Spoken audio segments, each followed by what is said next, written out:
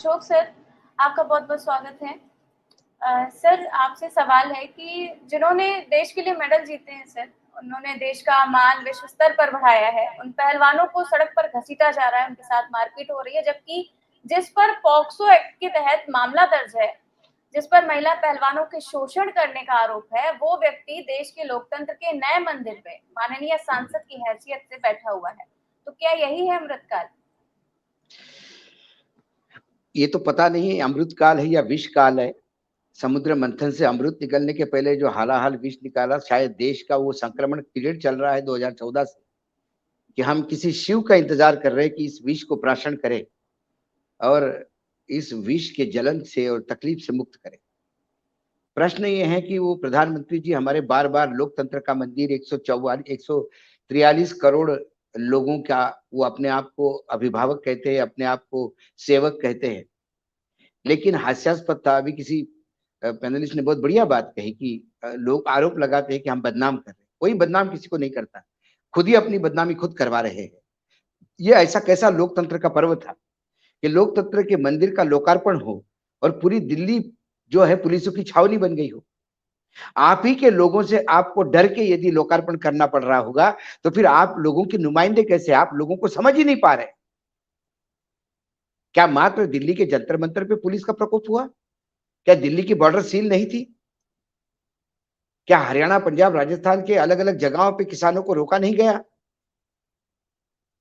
जब यहां मंत्र घोष के साथ राजदंड लेके, उसे सिंगोल कहो, राजदंड कहो, जो भी कहो, प्रधानमंत्री बड़े हाथ में ऐसी छड़ी लेके चल रहे थे राजदंड की और अपना राज्यभिषेक करवा रहे थे, उस समय इस देश की बेटियों पे उनकी पुलिस लाठियां डंडे बरसा रही थी।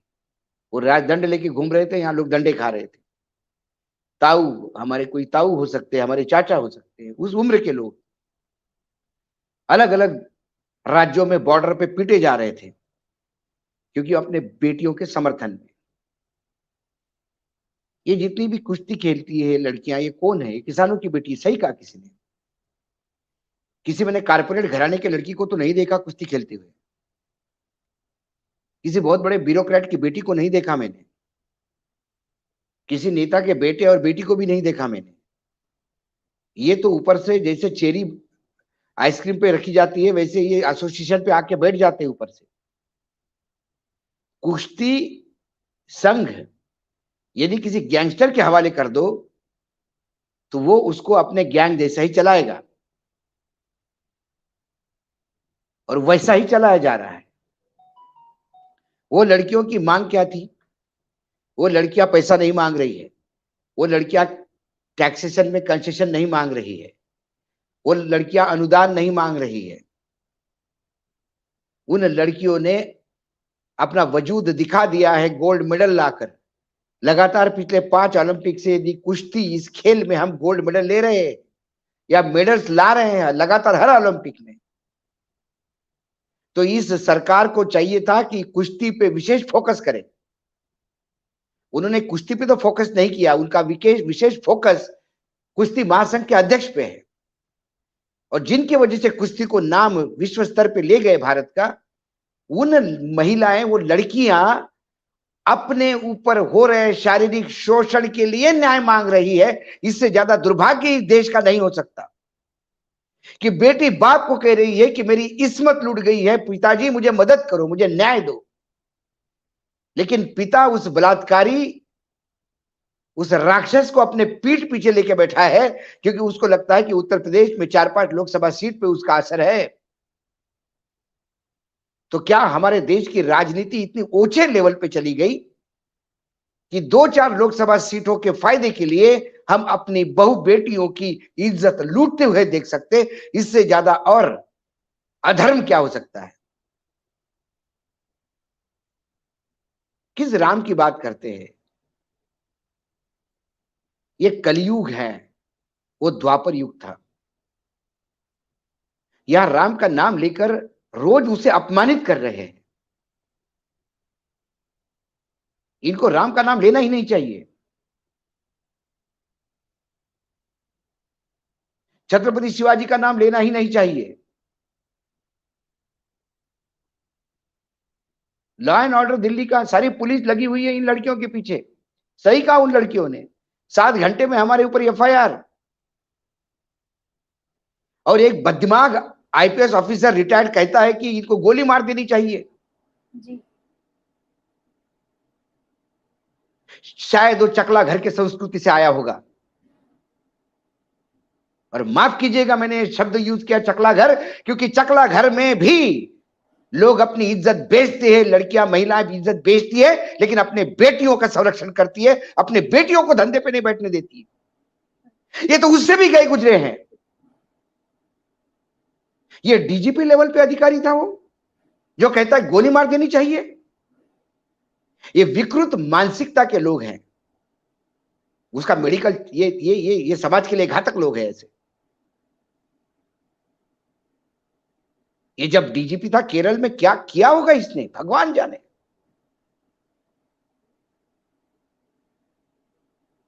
आज वो जो समारोह था वो बहुत जल्दीबाजी में, प्रधानमंत्री को पता है 2024 बहुत मुश्किल होने जा रहा है, तो उसके पहले उद्घाटन कर रहे हैं फटाफट। अपना नाम होना चाहिए, इतिहास में नाम दर्ज हो जाना चाहिए कि हाँ मेरा नाम था भाई, ये उद्घाटन उन्होंने किया।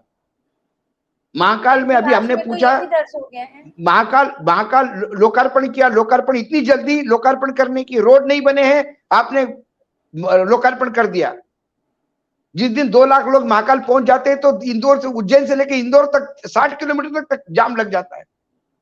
अब वहां पे आंधी क्या चली, वो मूर्तियां 40-40 लाख रुपए की टूट गई जी, गिर गई नीचे जी।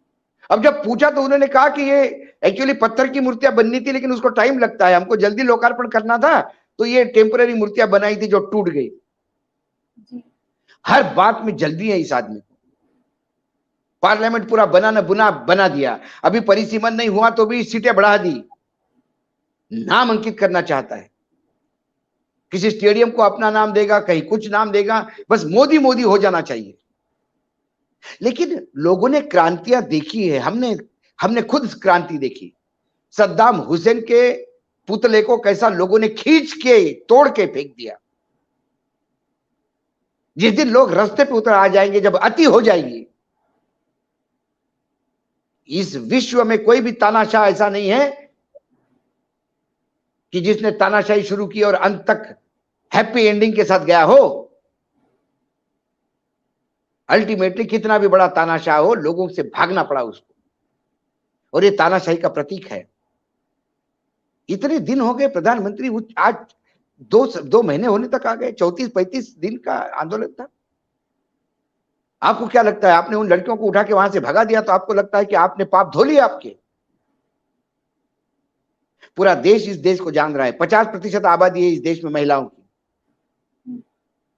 आज हर माँ को पूछो उसकी बेटी क्या वो खेल कूद के लिए भेज देगी? खेलो इंडिया खेलो का आप वहां से उद्घाटन करते हो उत्तर प्रदेश लखनऊ में, किस लिए खेलो इंडिया खेलो? ताकि इन गुंडों का और इन नराधमों का खेल हो वहां पे। लड़कियां मैदान मारने के लिए जाती हैं, ना कि कपड़े उतरवाने के लिए।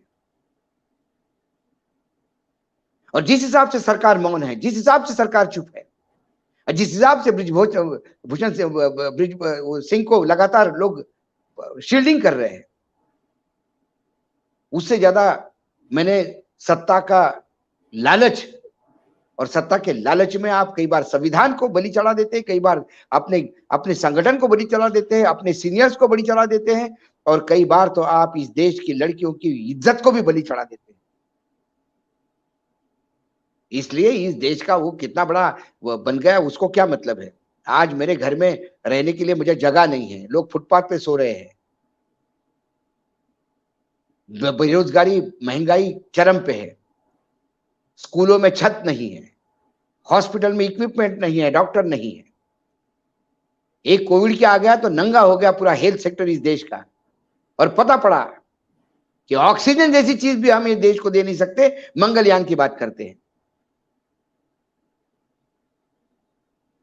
ये 28,000 करोड़ का जो मॉन्यूमेंट बनाया है, 2,500 करोड़ का, तो क्या 20,000 करोड़ क्या है पता नहीं, रोज कीमतें बदलती हैं इनकी। जो मॉन्यूमेंट बनाए उसमें आपने मोर रखा, उसने आपने कमल रखा, अखंड भारत रखा, उसने आपने वेद रखा, उपनिषद रखा, सब रखा। उसमें ह्यूमैनिटी, मानवता के लिए कोई जगह नहीं छोड़ी। अमानवीय ढंग से राज्य कर आप इन चीजों को महिमा मंडित करके अपने किए हुए गुनाहों पे पर्दा डालने का काम कर रहे हैं। इसलिए मेरे लिए तो वो काला दिन था। मेरे लिए वो लोकार्पण और वो छड़ी राजदंड, वो राजदंड किस काम का कि जो राजा पे अंकुश ही नहीं रखे। बिल्कुल। वो तो महज हंसी मजाक हो गया है और राजदंड भी जोक हो गया है। क्या राजदंड के बगैर इतने दिन तक पार्लियामेंट नहीं चली? इसी पार्लियामेंट में इमरजेंसी लागू हुई थी तो इसी पार्लियामेंट के लोगों ने और इसी देश की जनता ने इंदिरा गांधी को सत्ता को उखाड़ के फेंक दिया था। तब राजदंड नहीं था वहां पे। बगैर राजदंड के भी राज किया जाता है। ये सब खोखलापन है। राजदंड रखो और नौटंकी करो और साष्टांग दंडवत करो। दंडवत करना चाहिए था उन लड़कियों के पे आके कि मेरी बेटियों को मैं माफी मांगता हूं कि मैं उनकी इस्मत की इज्जत नहीं कर पाया, रोक पाया, उनको संरक्षण नहीं दे पाया। सारी पुलिस यहां लगी हुई है और एक 16 साल की लड़की को दिन दहाड़े पत्थर मार मार के और चाकू घोप घोप के हत्या होती है दिन दहाड़े। आपने कहा उसके मुजरिम को पकड़ लिया गया। मुजरिम को पकड़ने से पुलिस का काम नहीं होता। गुनाह ही नहीं होना चाहिए। मुजरिमों को डर क्यों नहीं लगता कानून का? क्योंकि भ्रष्टाचार के भेंट चढ़ चुका है ये कानून। बिक चुकी है दिल्ली की पुलिस। उत्तर प्रदेश में एक आतिक को मार देते हो और कहते हो कि हमने बुलडोजर चलाया और हमने अब बहुत बड़ी कानून व्यवस्था के लिए नाम लिया जा रहा है योगी जी का। पीलीभीत में एक दलित लड़की 14 साल की अपने माँ बाप और भाई को पानी और गुड़ लेके जाती है खेत में, उसका बलात्कार होता है। एफआईआर दर्ज नहीं होती, एक्शन नहीं होता। पिता शर्म के मारे, दलित पिता शर्म के मारे आत्महत्या करता है और पिता की आत्महत्या के बाद पुलिस जग जाती है और फिर एफआईआर दर्ज होती है और वो एफआईआर में भी मेन कल्प्रिट छोड़ के कुछ लोग अलग लोगों को अरेस्ट किया जाता है। ये वस्तुस्थिति है। देश की कानून व्यवस्था अतीक अहमद का हत्या नहीं। देश की कानून व्यवस्था टोनी महाराज के बेटे द्वारा गाड़ी चढ़ा के किसानों की हत्या और एक दलित लड़की के बाप को, बेटी को न्याय दिलाने के लिए फांसी पे झूलना पड़ता है। यह वास्तविकता है इस देश की। शर्म आनी चाहिए इनको, लेकिन इतनी मोटी चमड़ी है, क्या करें? शर्म है कि आती ही नहीं।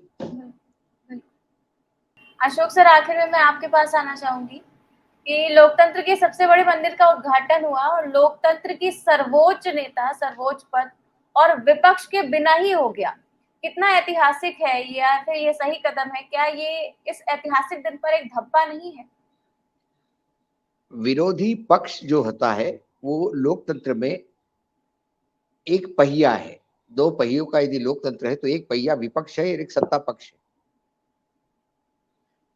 दूसरी बात, सर्वोच्च न्यायालय ने कई बार कई डिसीजंस में, निर्णय में ये कहा कि विरोध करना ये लोकतंत्र में आम आदमी का अधिकार है, ये बेसिक राइट है उसका। तो यहां तो कोई विरोध नहीं कर रहा था, यहां तो सिर्फ राष्ट्रपति को उद्घाटन के लिए बुलाओ ये गुहार लगा रहा था। आपने पूर्व राष्ट्रपति को बुलाया, लेकिन वर्तमान राष्ट्रपति और उपराष्ट्रपति जो मात्र उस बिल्डिंग के आधे आधे किलोमीटर के दायरे में रहते हैं, लेफ्ट और राइट में, उनको बुलाने के लिए आपको शर्म आ रही थी, क्योंकि आपको लगा वो आएंगे तो फिर उद्घाटन उनके हाथ से होगा, तालिका पे नाम उनका ऊपर होगा, मेरा नहीं। ये छपास और दिखास के रोग से ग्रसित इंसान है, इसलिए संविधान का नाम लेते हैं संविधान की धज्जियां उड़ाने के लिए, कानून व्यवस्था का नाम लेते हैं कानून व्यवस्था की धज्जियां उड़ाने के लिए, किसानों का नाम लेते हैं गाड़ियों के नीचे रौंदने के लिए, बेटी बढ़ाओ बेटी पढ़ाओ इसका नारा इसलिए लगाते हैं कि बेटी बड़ी होने के बाद नराधमों के सामने पेश हो जाए, उनकी इस्मत लूट जाए। तो ये मात्र खेल दूर से देखते हैं। ये खेलो इंडिया खेलो, ये आयोजन खेल आयोजनकर्ताओं के लिए होता है, खिलाड़ियों के लिए नहीं। यहां हमेशा सत्ता पाने के लिए, सत्ता में रहने के लिए जब पुलवामा जैसे कांड करवाए जाते हैं या करने होने दिए जाते हैं, ये प्रश्न है दो। अभी इस पे क्योंकि सतपाल मलिक जो राज्यपाल रह चुके हैं जम्मू कश्मीर के, उन्होंने उठाए हुए सवालों की सरकार मौन है। तो ऐसी कई चीजें हैं जो लगता है कि लगातार, तो जब ये राजदंड और इसके खिलाफ, इसके बारे में जो झूठी खबरें लगातार बताई जा रही थी कि वो जवाहरलाल नेहरू ने लिया और उसने दिया। आम्बेडकर जी ने एक किताब लिखी थी, किताब के कुछ अंश मराठी अखबार में पाठ्यक्रम में है, उसमें क्लियर कट लिखा हुआ है कि 1947 15 अगस्त में जब देश को आजादी मिली, तो बनारस के कुछ ब्राह्मणों ने यज्ञ किया ये सोच के कि एक ब्राह्मण प्रधानमंत्री बनने वाला है। और जवाहरलाल नेहरू को पता पड़ गया, तो जवाहरलाल नेहरू जी ने उनको फटकारा, ना कि उसमें जाके बैठ गए।